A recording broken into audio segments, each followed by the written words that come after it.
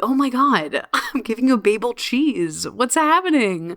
I love those cheese, the red cheese that you pull the string and you're like, a little treat. And they come in that like fishnet bag and you're like, ooh, I have to cut the fishnet bag for the cheese. Hello, and welcome to the Weederlife podcast. I'm your host, Erica Weederlight, and I am the CEO and founder of Weederlight. I help humans who feel inadequate, broken, self-conscious, and shamed around their sexuality to reclaim their aliveness, their power, and to have a renewed relationship to pleasure while preparing themselves to feel hella confident to date others and themselves. AKA, I'm guiding people to live their #best lives. I have to give you a fair warning. I do unfortunately swear like a drunken sailor, so if you do have little ones by you, just be sure to pop in some earbuds. All right, friends, let's buckle up and let's rock it to this week's episode.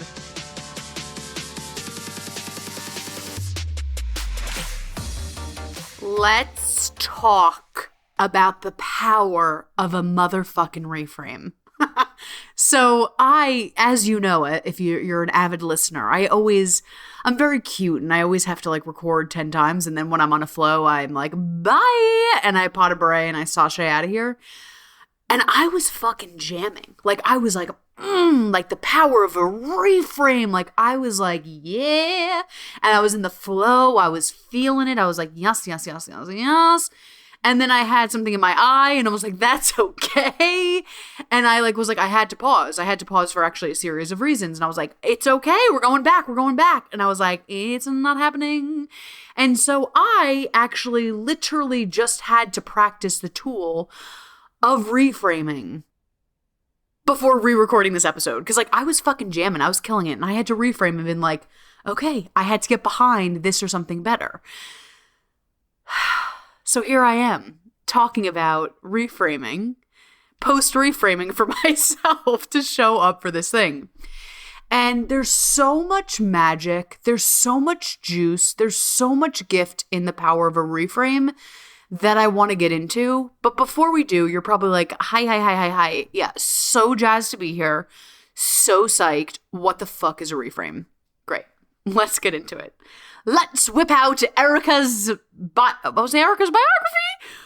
Not the thesaurus. What's that word called? Thesaurus. Oh no. Oh, this is bad. Dictionary. There it is. Okay, bye. I literally went to Bible, journal, thesaurus. Here we are. But let's go to Erica's dictionary and apparently her journal as well. So for me, a reframe is a loving way to look at something differently.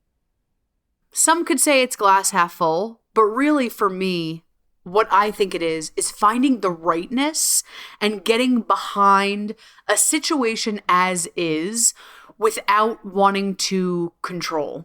I actually have a great example of this. So I was on a call today. Ooh, yes.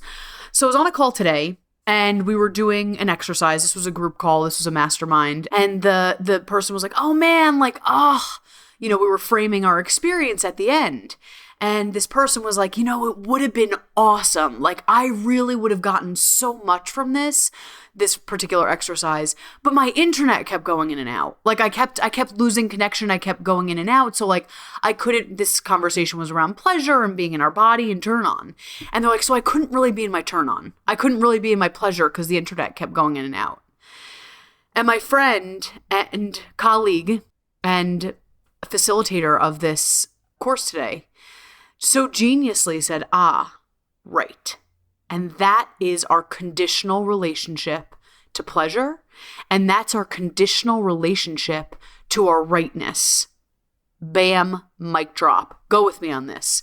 We are so conditioned to get behind our rightness, get behind a situation's rightness when it's fucking balls out, pot of beret, slap your face, kick your face, slap your face too, apparently.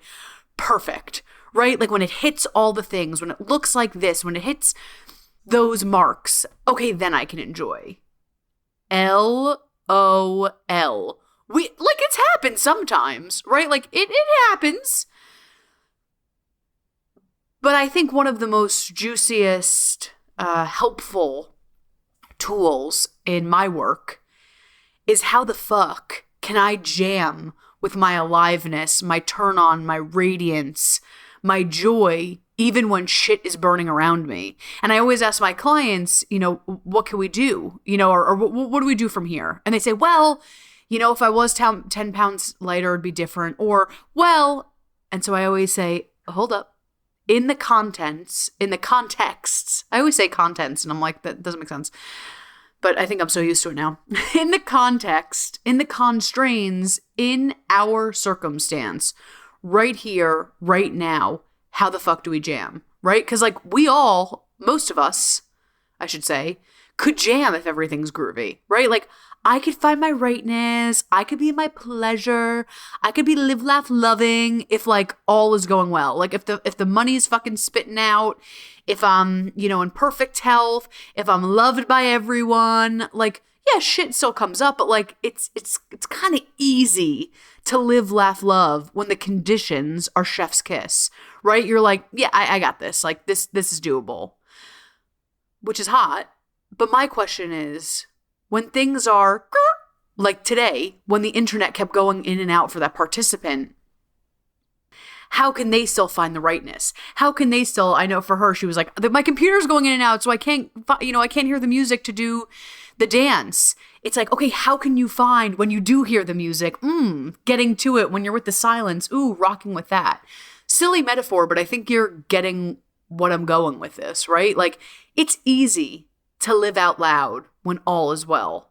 But I'm curious, and what I really want us to get fucking fab at is, how can I hold? How can I fight for turn on, for joy, for radiance, for celebration when life is a contraction? Because you know the deal. So often life is a contraction, or things are groovy, but there's micro things that we're like, which this tool helps us move through our relentless need for control. I have been reading this quote to, I think, every client the last few days because it just hit me like a ton of bricks. And again, I was in one of my classes, and our teacher so beautifully was talking to one of the students about conditions, right? I'm gonna boil it down. And this person has a condition is in a situation that's pretty tough. And please hold, before I get to this fucking fabulous quote, I do want to put a disclaimer on this conversation. I've seen sometimes that reframing can go to dangerous grounds, right? It could go to spiritual bypassing. It can go to no, it's okay. And you're like, oh, fuck. So me. I am a advocate for feeling the feels, moving through the feels, whether it's moving in your body, journaling it out, calling a friend, calling someone to hold you. You know what I mean? If anyone's new, I just want to put that disclaimer that I'm not just reframe your life. And you're like, there are certain circumstances and experiences that are not meant to bypass. And this tool is not meant to bypass. To me, you meet the reframe when when we're safe, right? So I'm not saying we don't jump into the reframe. The reframe is kind of the part 2. So obviously, first and foremost, safety, right? Second is also, if it's a situation where fuck, I have so much charge on this, I have so many feelings on this, we feel through that. We're not bypassing. So I want to put that disclaimer that a reframe is a hot-ass tool, but it's also a hot-ass tool that's used. Usually, sometimes we could just go right into the reframe, but circumstances, depending, we may need to do a little work before that. Does that make sense? Move through the charge, move through the feelings, get into a different circumstance. Does that make sense? So, I think you know what I'm getting at. If we're in a horrible situation, it's not I'm going to reframe this to make it love and light. No. That's not what I'm saying. The reframe tool that I'm talking about is one that we can consistently get behind in our everyday life. And for more of the bigger situations, how can we move through those emotions? How can we feel supported? Then reframe. Got me? Okay, cool.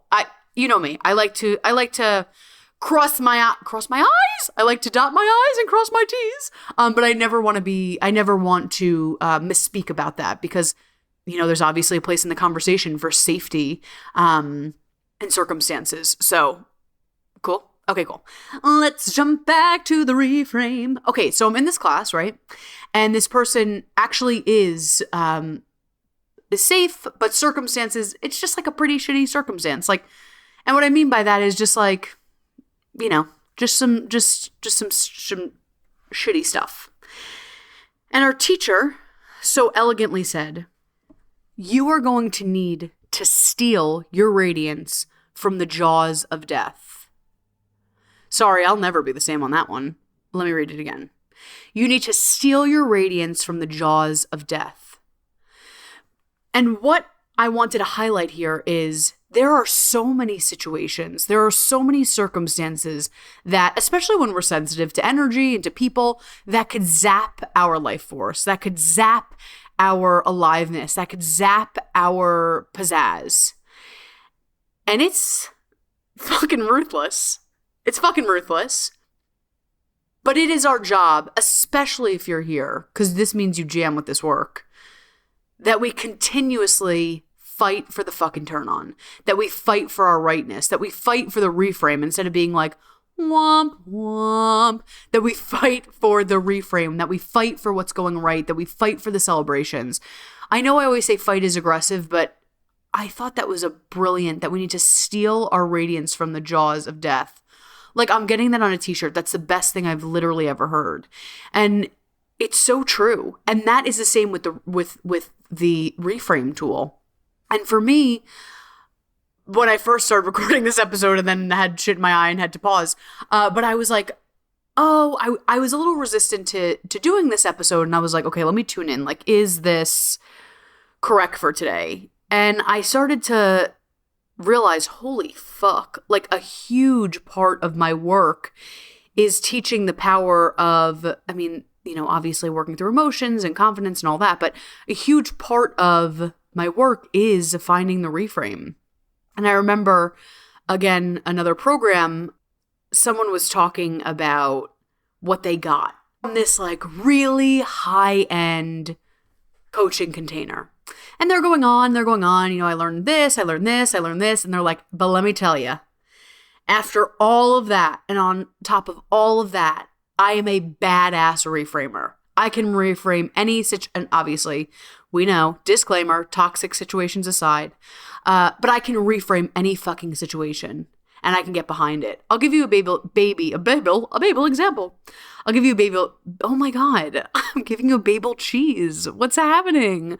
I love those cheese, the red cheese that you pull the string and you're like, a little treat. And they come in that like fishnet bag and you're like, ooh, I have to cut the fishnet bag for the cheese.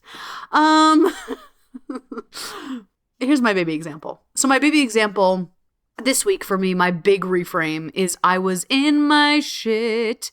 And I was super overwhelmed with certain projects, kind of adjacent to my business, kind of different. It was something that like I've never dealt with before. And there was just like, it was like crunch, like not a like hot crunch. It was like real crunchy, real slimy, like lickety lick, lick, lick, lick, lick. And I just like really energetically felt a lot of people. It just was like, yikes, Rama. And I was like, I'm in my shit. And so I did. It felt too sticky to like jump to a reframe to be like, it's hot. Like I wasn't there yet. So I needed to use my tools. I hit the tools to work through it. Like I had to feel the emotion. I had to feel the grief. Okay, cool. I'm now at a neutral. And from there, I found a powerful reframe. And it actually was fucking true.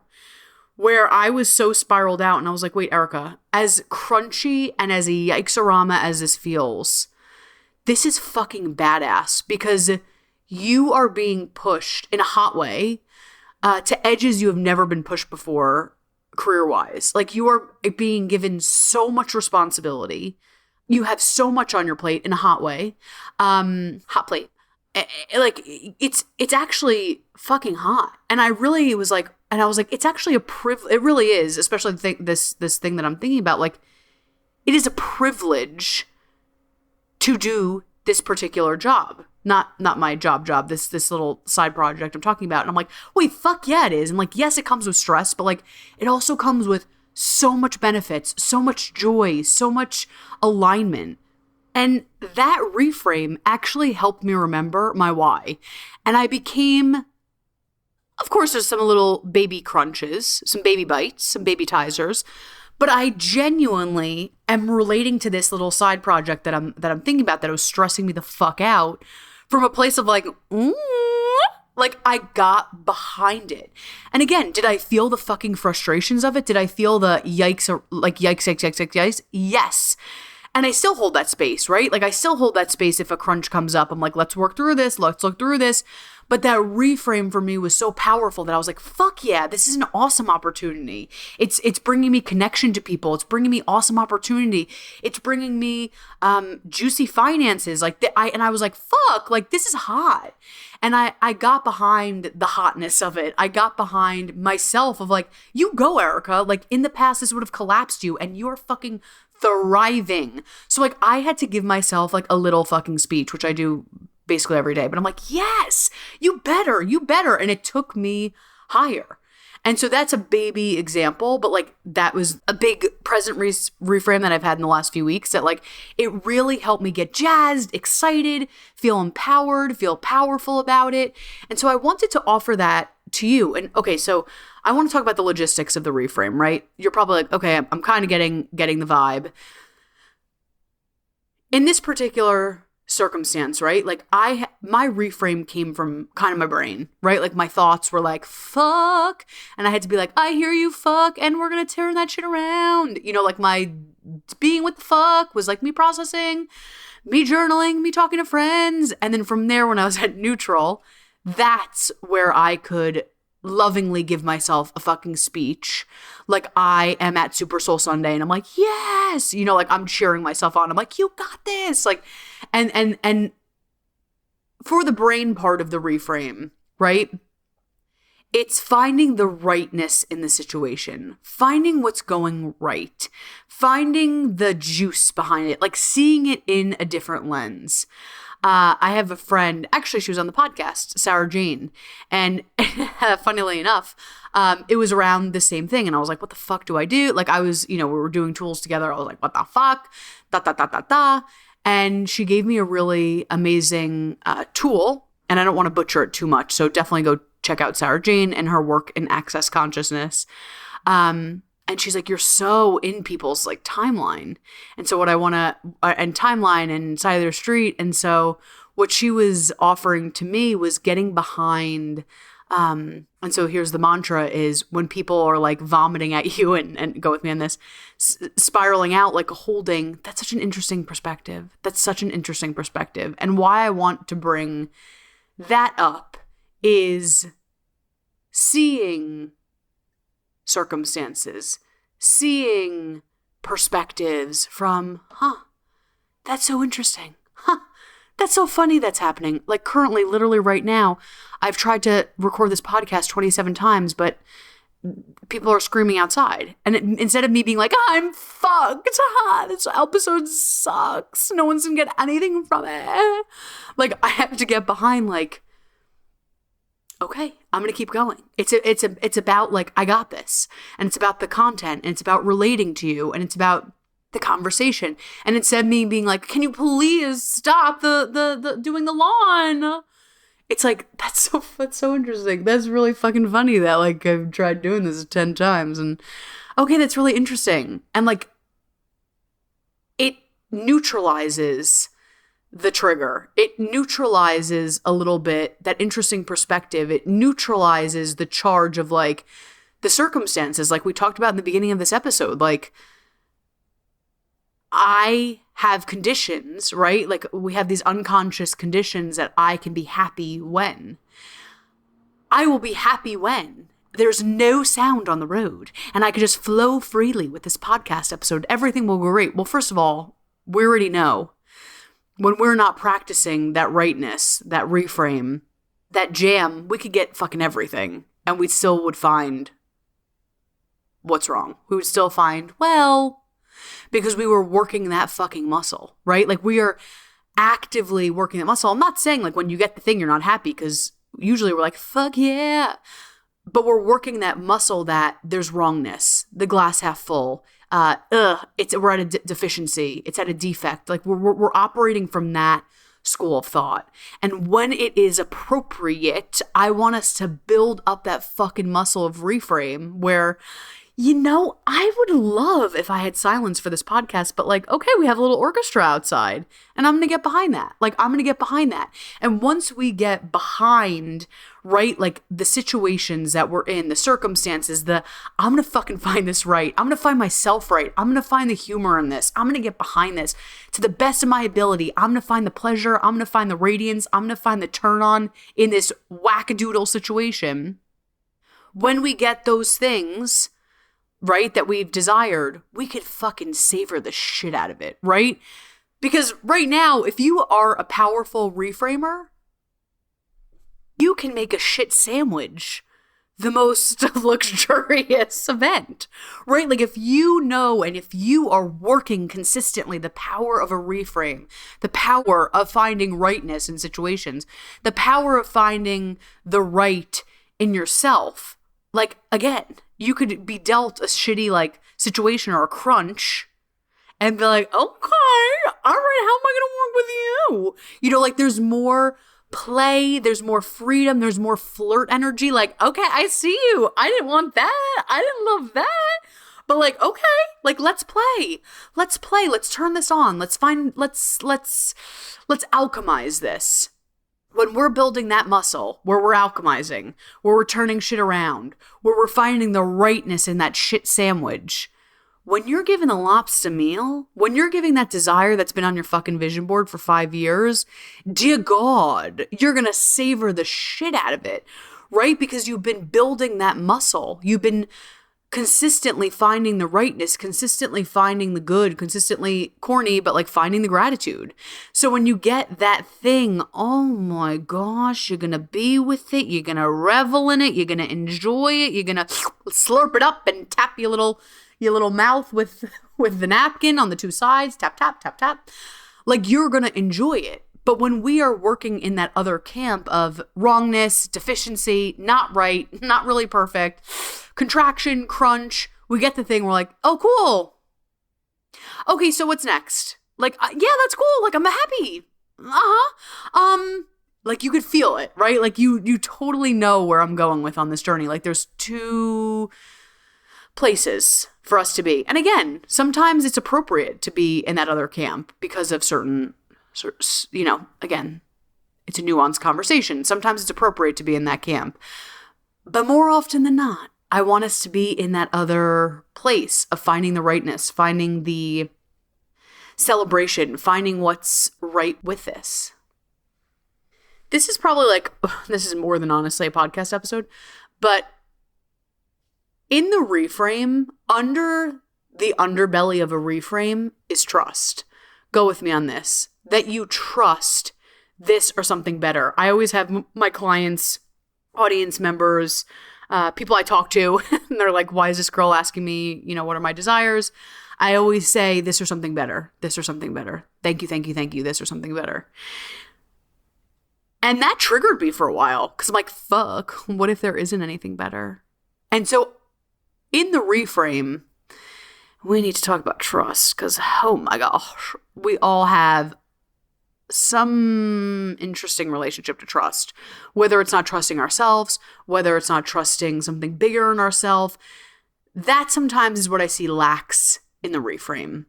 And I really want us to get behind trusting ourselves, trusting something bigger than ourselves. If it's a god, a goddess, a kitten in the sky, energy, the power of love, that there's something better. That there's something better. I think it's a less toxic version of everything happens for a reason. Because it's like, that's a different conversation. But within a reframe, we need to have the trust that, okay, damn. Again, I have another example this week where on that little side project that I'm talking about, something needed to be done. And it was like fucking perfect. Like exquisite. I showed up. I flossed out. Like, just perfect. Like, I was like, I am so proud of myself. And the person whatever, they canceled this thing. And I was like, fuck, like literally fuck. I did all this work for nothing. And I was like really trying to reframe.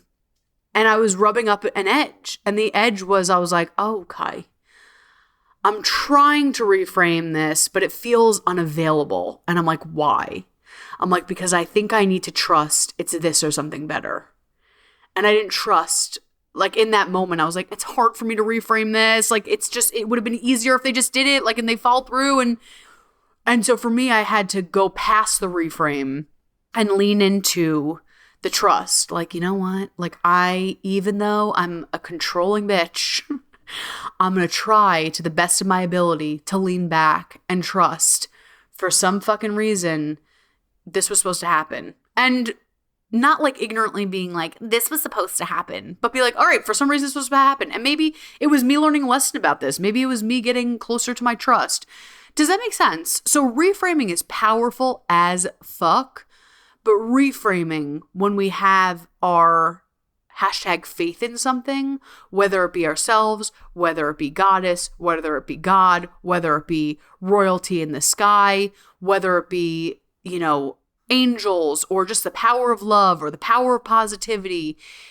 When we have that North Star, it makes it a little bit easier to reframe. We're like, what the fuck? But we're like, all right, okay. Like, I can I could surrender more. And like, I'm going to find the rightness in the situation. It helps us lean into the surrender more. Does that make sense? You know what I mean? Like, it helps us lean into, don't know why it didn't work out like this. But you know what? I'm going to trust myself. I'm going to trust the power of good vibes, love, insert what works for you here. I'm going to trust that that's okay. I'm going to trust that everything's going to be okay. That though it didn't look perfectly as I wanted it to, it doesn't look perfectly as I thought it should look. I know I can trust myself enough to jam with what is. Right? So that situation with me this week, I was like, fuck, that would have been really nice. and I was like, okay, I'm leaning back and I'm trusting. I don't know why, but it is what it is. I have to surrender a little bit. And I'm going to find the fucking rightness in this. So I'm going to find the rightness. Like, I'm going to reframe this like, okay, like, you know what? I got my hour back. Like, I only had an hour left of the project, lol. But I got my hour back. I can let that breathe. I can, whatever. But that faith in something bigger allows the surrender to land somewhere. Does that make sense? Otherwise, it feels like, I guess this is okay. Like, that faith in something bigger is a pillow for surrender to nuzzle its head against. Oh, damn, that's good. So reframing really is based in that trust that everything is working out for us. And it feels delusional sometimes because you're like, bitch, sometimes it doesn't feel like that. And I'm like, I know. I have to get behind it too. I relentlessly say to myself, like when I'm brushing my teeth, when I'm doing my things, I'm like, everything's working out for me. I'm the luckiest girl alive. Everything good is happening to me. I'm so lucky. Everything is working out for me. Like, I really literally have to delusionally fucking hypnotize myself with those thoughts. And so when something hits like a LOL, you think you're the luckiest girl alive? Like, when that happens, because it's gonna fucking happen, that's when we look at the tools. That's when we lean on the tools to be like, okay, didn't expect this, but how are we gonna dance with this? Because you know the deal. We're always and consistently going to be, it's everything, right? It's all of it. It's good that life is filled with all of it. Every color, every texture, every emotion. It's all of it. And that's beautiful. Like, that is a part of being alive, that we have access to all of it. And my gift to you is, how can we jam with all of it? How can we be with all of it? How can we surrender to all of it and not be taken by the smushier feelings. And by smushier, I mean like the underbelly feelings. How can we consistently come back? And this was what I was going to say before that was really shook me, was for me, the reframe, the power of a reframe, the power, the possibility, the opportunity for a reframe is hot because it works our mind, right? And has us coming back. But here's where the power lies. What I just said is it has us giving us the opportunity to keep coming back. Because we're always going to fall off the horse. You know, like situations are going to happen. We're going to fall off the horse. We're going to forget that we're radiant. We're going to forget that we're, you know, that we can bring magic to this planet. We fucking forget. It happens. Like, it literally happens.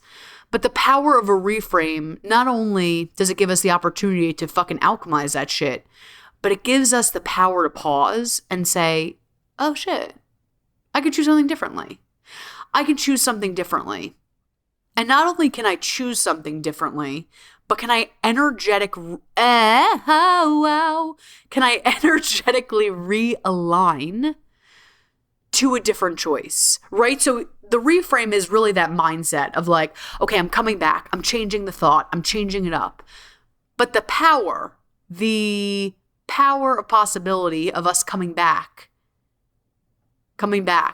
So the gift of falling off the horse is that you get to snap back. You get to snap back.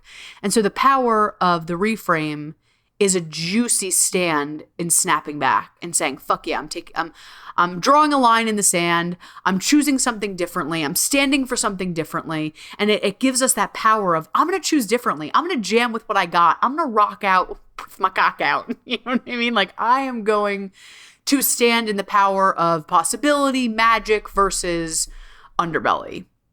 And you know I'm obsessed with that because this shit is moment to moment. This shit is moment to moment to moment to moment to moment. We jam. We have that opportunity to keep coming back. And that reframe is like just such a flirt. Like it flirts with us to come back. And when we reframe from a healthy place, it really allows us to see the world. It actually is fucking cool because we do see all of it. We're not bypassing like ants and rainbows and butterflies. Like, we see all of it. We see everything as it is without judgment, without shame, without shade. We're like, cool. Like, I can see this, right? What an interesting perspective. How interesting. We can look at those situations with like childlike wonder, without judgment, without manipulation, without putting labels on it. We could just see it. We could just hold it. We could just be with it. And then we also have the power to end. I'm going to choose things that light me up. And I'm going to choose things that make me feel alive. And I'm going to choose things that make me and help me remember that I am love and that I'm going to continue to bring that loving energy, presence with me, even when it feels fucking impossible. So I fucking love this. My little home play for you is noticing where in life needs a little reframe, needs a little compassion, needs a little love. And actually, I do want to bring up this point really quick, is reframing is a relationship and we need to feel into, right? Like depending on the situation, who is going to serve the reframe? What I mean by that is sometimes, for me, it feels really fucking delicate. So I need that inner parent to help me reframe. Where it's like, come here, baby girl. Like, I need someone to energetically comb my hair and be like, I know. And like, almost like they're reading me a story. You know what I mean? Like, I know it's not what you want. And baby, look at this. Like, sometimes that's the vibe. And sometimes that ain't the vibe. Like, sometimes that's too much coddling. That's too much inner parenting. For me, that's too much inner mothering. And that's not the vibe. Like, sometimes, LOL, I need to whip out the inner dom. That's like, what, you know, and is like, bitch, for your highest good, rise up, honey. You know what I mean? Like, sometimes I need that energy that's like, baby girl, I see you in the shit. You know better. You're being really fucking cute in your resistance. I see you acting crunchy and cute, and you kind of like it. You're kind of getting kinky with it. Like, you're getting cute in your contraction. Rise up, baby. Rise the fuck up. Right? Like, there's different archetypes that we need at certain points. Like I said, some of those examples are the inner parent. Maybe it's we need a nurturing voice. Maybe we need a soft voice. Maybe we need a little coddling to say, I know, and here's a reframe. And sometimes it's the dom is like the inner dom, the inner, is like, no, cut the shit. Like, fucking cut, like the inner royalty is like, cut the shit. I see you. I love you. I know what you're doing. Stop. So I want us to feel into not only the home play being, feel into where you're needing a reframe, but I'm curious which approach. Is it the softer voice? Is it the loving, like, slap of the ass? Like, get the fuck out of here. Like a little slap of the ass. Like, where's the reframe needed right now is the question. And I'm going to do this homework too. Home play. Where is the reframe needed, and which archetype needs to deliver this to you? And it could be the inner rock star. It could be the inner sex priestess royalty. Like, it could be whatever is feeling needed. So not only is the power of a reframe fucking hot because it helps us find the rightness, but it also plugs us in to those archetypes, those higher self versions of us that are constantly flirting and inviting us to choose differently, to choose something more supportive, to have our backs. So this tool is fucking hot because it's an opportunity, like I said, to find that radiance, to go towards the juice. And it's also an opportunity to get to know these pieces that support us even more. So go off, do the things. I can't wait to hear what happens. When it's appropriate, reframe. Find those archetypes that support you. I love you. And I can't wait to hear all your juicy reframes. Reframes, yeah. Thank you.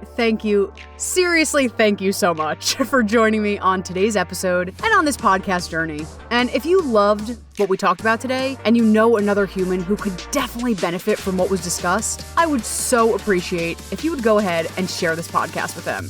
Don't forget, hit subscribe or follow so you never ever miss an episode. And the great news is you can always follow me, my work, my blog, my podcast on my website at www.wethelight.org. And hey, remember, life is so much brighter when we shine. I'll see you next time.